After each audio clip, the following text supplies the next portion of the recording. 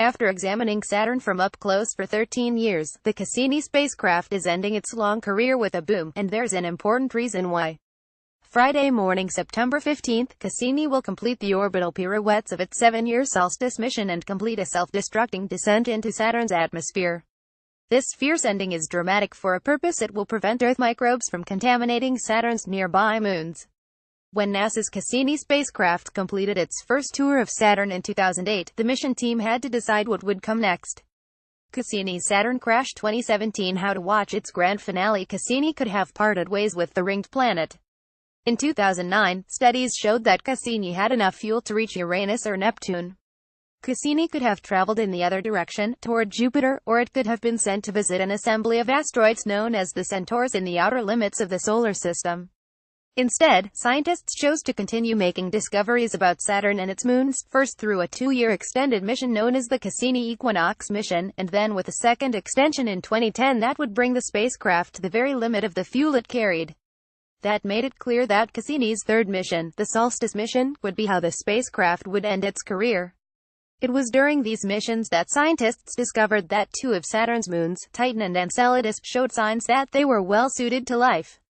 But why the fiery plummet? The spacecraft will burn up and disintegrate like a meteor in the upper atmosphere of Saturn, Preston Dykes, of NASA's Jet Propulsion Laboratory JPL, told Space.com via email.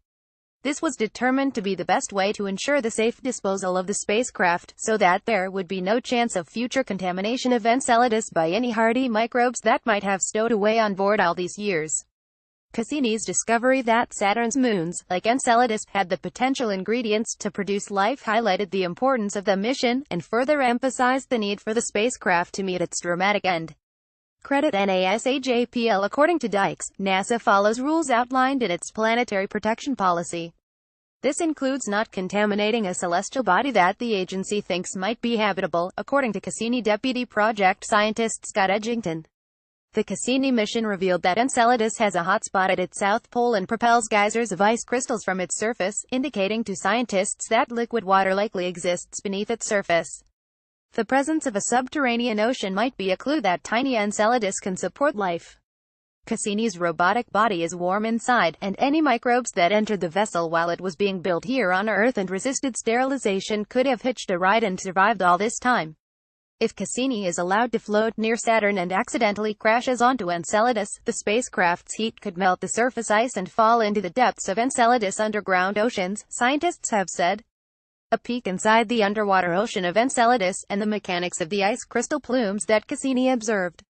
Credit NASA GSF CSVS, NASA's Ocultech Southwest Research Institute. When the Solstice mission's plan was developed, NASA was fully aware that Cassini's low propellant levels would soon make it impossible to navigate, so the space agency deliberately chose to include a final plunge into Saturn that prevented a scenario where Cassini is in free flight.